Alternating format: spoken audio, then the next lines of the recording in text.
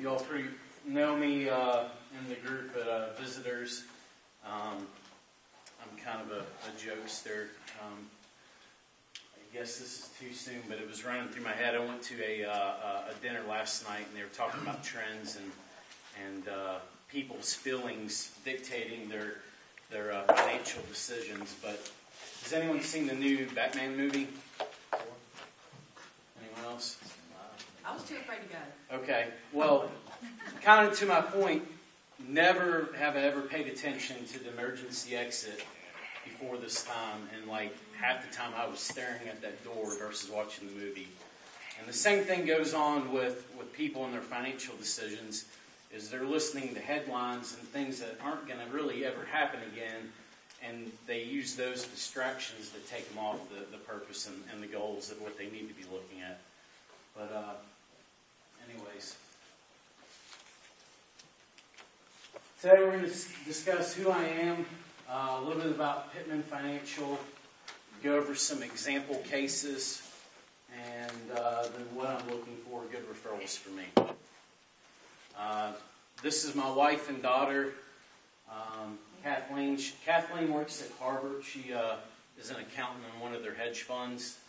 And then my little daughter, Caroline, who's at home today with 102 fevers. So it's been a lot of fun the last couple days.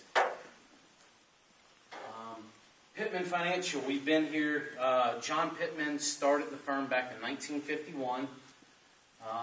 We are an affiliate of New England Financial, which is the oldest life insurance company in America. It was founded in 1835. Back in 1996, merged or hostile takeover by MetLife. They wanted that trophy piece to have the oldest life insurance company as part of their background. So they took us over in 96, and MetLife is the largest life insurance. They hold the most insured lives in America.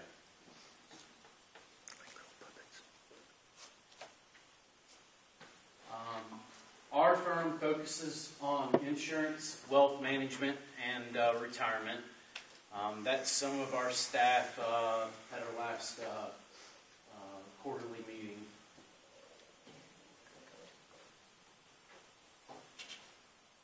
And kind of wanted to go into a case study.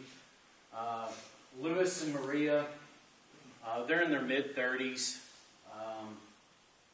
They bought insurance 10 years ago. It was a 15-year term. They got $300,000 in coverage. They took it out for their mortgage to cover it. Louis just found out his employer had cut back on their benefits, so he only has $50,000 through his group. They have 2 kids, ages 4 and 6. Maria doesn't work anymore. She stays at home to take care of the kids. And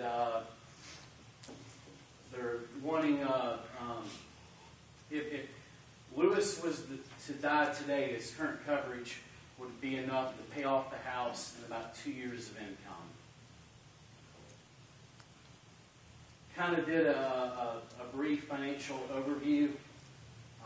They got $3,500 of expenses going out each month, $4,500 in take home. Have $6,000 in their checkings and savings, only $30,000 in their retirement, which is strictly just a 401k. They have no IRA set up.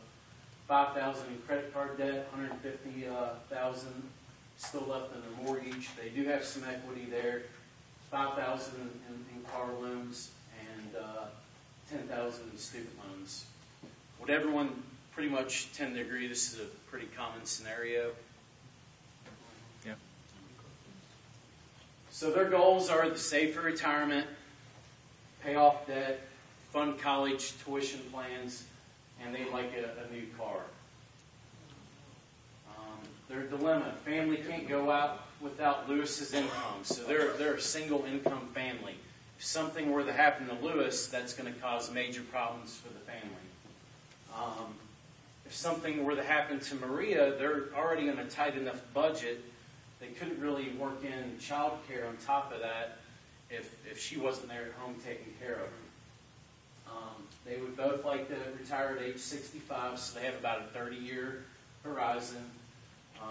Again, they only have a 401k right now.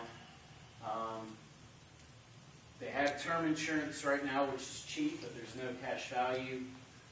They like permanent insurance because it builds cash value, but it's expensive. So the summary is, if I was to meet with this family, what I would bring to their attention, even though, they may like certain things or they may want to do certain things, right now, planning for college tuition is off the table in my mind. They got to pay down their debt first. You can always save, or you can always borrow for college. You can't borrow for retirement. They need to build up their savings at a minimum to about $10,000, all the way up to $21,000. You want to have 3 to 6 months in savings of your monthly expenses. And before you get into, even when they get their debt paid off, want to go ahead and start maxing out any IRA contributions before you get into college planning. Just a kind of a brief life insurance amount. Lewis is way undercovered. He needs about at least $1 million. That would be enough where the family could draw off at 6%, which would be conservative, and maintain the principal about $60,000 a year to replace his income. They wouldn't have to rush out and pay off the house, which you wouldn't want to because then you lose the tax credit. So this would just replace his income level and allow the family to move on as if he was still with the family. And then Maria needs coverage as well, which they didn't have before, so if something were to happen to her. Again, there's really no recommendations. It's bringing that to their attention and just making sure that makes sense. This next case is met with a family. It's a husband and wife. They're a small business owner. I actually brought or handed these out. But the gist of it was they had a $400,000 term policy that was set to expire in August. And then he had a $100,000 permanent policy on himself, and then his wife had a $100,000 policy. The $400,000 term the company was paying for. That $29,000 was what his premium was scheduled to go to in September because the 10-year period was over. The permanent insurance that both of them had, if you look at this column right here on the cash value, if you look on both the examples, that cash value goes up every year until they get in the mid-70s, and then it starts falling apart. What that is showing on universal life policies, you get your statement and you say, oh, my cash went up. Okay, didn't go up as much as I wanted it to, but it went up. You get that next statement, my cash went up. Well, insurance companies don't call you when your policy's sick. They call you when it's dead, when it's lapsed. So just bringing that to your attention, you need to have a policy review because they were paying $85 a month roughly. And when I get to the recommendations, you'll see where that wasn't going up. I wanted to point out, too, they were both preferred at age 61. So came back with recommendations after underwriting. Woody wasn't preferred anymore. He's 71. He's standard. Couldn't get the preferred rating anymore. And just kind of go over the different types of items that they had. Went ahead and rolled the dice with Linda's coverage. Her coverage actually lasted until her 90s. But Woody we had to fix. So it was cheaper to keep his universal life policy alive for 10 years instead of going with a term policy, which the cheapest term still would have been, $2,600 a year. We're paying $85 a month, so roughly about $1,100 a year to keep that universal life alive. And then the company went ahead and converted over the term policy with the preferred rating and gave him a permanent policy, which later on they'll assign back to him once once the loan has been satisfied. That policy was for a loan. Hope any of that made sense. It does to me. But some good referrals for me. I gave the handout. And just remember to feed the pig. Any questions? I think it looked like that. No questions. No good questions.